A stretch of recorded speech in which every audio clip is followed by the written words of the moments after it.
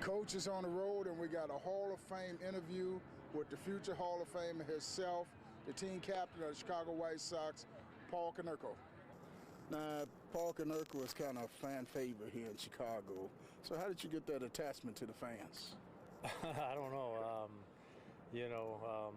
I guess just year by year, I mean, I try to go out and play as hard as I can, and not everybody's your fan all the time, but I think it just comes from a little bit of luck of being with the same team for a long time, which is nowadays tough to do, and just trying to show up every day to play as hard as I can, and you hope that people like what you do out there, and it's not always the case, but it's been a good time here in Chicago. The fans have treated me great, just at the ballpark here and around the city. I mean, it's been a good thing.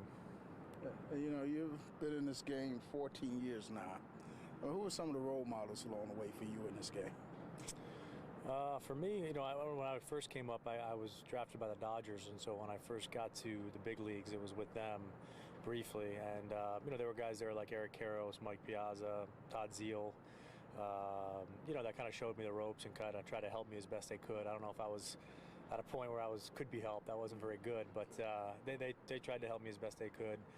When I got over to the White Sox, guys like Ray Durham, James Baldwin, we had some good guys, Cal Eldred, with the older guys on those teams. And when I first got here, it was kind of a rebuilding team and a lot of young guys, so there wasn't as much of the older guys, but we as younger guys kind of bonded together and kind of had a couple good years and won a division, and But in baseball, there's always people. There's never a shortage of people, whether it be coaches or players, that are there to help. I mean, and all you try to do is when you get on the other side of it is try to pass it down. For myself, having coached college baseball, scouted for 5 major league teams, I always told my guys that if you want to play on the major league level, the key is hitting. And you got to master hitting, and more importantly, master your own strike zone and become the toughest out possible. Now, over the years, it seemed like you just mellowed into that role and become such a clutch hitter. Well, I hope so. Not always as easy. Sometimes it's harder than it is, other times. But, I think you're right as far as you got to know yourself. I mean, that's probably the biggest thing. There's, guys out there with a lot of speed, trying to hit home runs and putting the ball in the air. It's not a good combination. If you got to use your best qualities, I think. If you're in high school or college, be honest with yourself and say, this is the type of hitter I am, this is the type of player I am, and try to really dive into that and try to be as good as you can at that, because sometimes you see guys trying to do things up there that frankly, they don't need to do. If they're a good defensive shortstop, let's say, with a lot of speed, it doesn't really matter if they hit, this many home runs as opposed to no home runs. If they're getting on base all the time and being able to steal bases, that's just going to build up their value, and teams are going to, like that. Now, there's other guys out there that don't have that skill set that should be working on how to drive the ball and hit some homers and drive and run. So I think that's the big thing, is just knowing who you are, and hopefully the people around you can, help you with that and let you know, because you see a lot of guys sometimes trying to, it would be nice to be a 5'2" player and be able to do it all, but that's not the case with everybody. So I think you need to identify what you are and try to be good at that and work at that as best you can. So let's take our youngsters back when Konerko was playing high school baseball. Were you a 5'2" guy then? No, I was not then, and I'm not now. I guess that's the good news for me as far as a hitter. I mean, I've never really had a change along the way. I was always a guy that was a middle of the order guy, looking for a pitch to driving runs. The good news is that, like I said, I haven't had to really ever change who I was.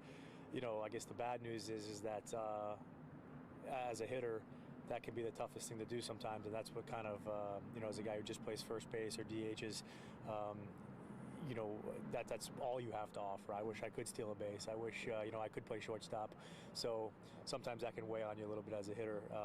If that's all you're bringing to the table, it's obviously a good thing when you're doing it, but when you're not doing it, you can not feel the best about that, because you feel like you're not maybe offering some other things out there. But that's just the way baseball is. I mean, there's different guys that do different things and make up a team, and that's just always where I've been, kind of a middle of the order guy hoping to drive in some runs for the team. So what do you feel was the turning point for you that turned scouts' heads to put you in position to be on somebody's draft list? Well, obviously, probably the hitting was number one, but back in high school, I used to catch. So, I think you combine the hitting and the catching, and that's always going to be attractive to scouts. You know, had I just played first in high school, it wouldn't have looked probably. I wouldn't have probably drawn as much attention. But when you're catching, and not that I was a great catcher, but was doing okay, and I think that's obviously just like a left-handed pitcher that throws hard or a slick fielding shortstop. I mean, those are going to turn some heads. So the fact that I was swinging the bat pretty well, and also a catcher, I'm sure that's why I at least got looks. I was also very lucky to have, as a sophomore and a junior in high school, I had people ahead of me, juniors and seniors, that were good players and prospect types. So, you know, they were coming out to watch them, and you know, as a byproduct, I probably had some good games, and I think, you know, they make some notes, say this kid's younger, but he might be coming along in a couple of years. So I was always lucky to be in a good program with some other guys that could play, that they probably came to watch them, and you know, maybe got noticed. Maybe I got noticed in some of those games.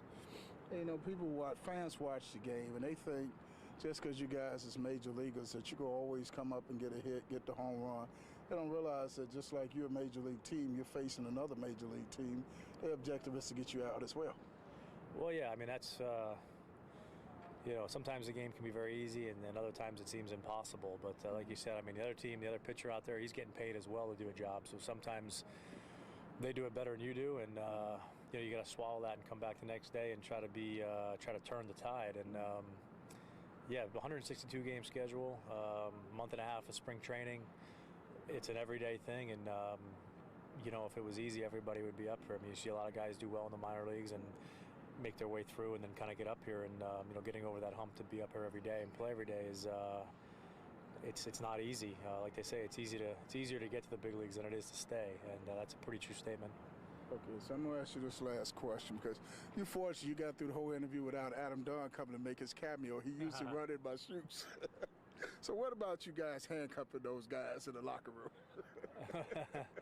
Well, you know, it's part of the commercial, and but not far from the truth. You know, you get some of these young guys that overstep their bounds every now and again. You got to put them back in their lane, and every player, you know, when you were young, you had to do the same thing. So it's just part of the tradition that some of the younger guys get out of line. You gotta you know, smarten them up a little bit and make them pay a price. So, and someday those guys will be doing that to somebody else. That's the beauty of the game. Coach, say you youngsters behind the scenes with the man and the captain of the Chicago White Sox, PK, Paul Konerko. Appreciate it. Thank you. Thanks a lot.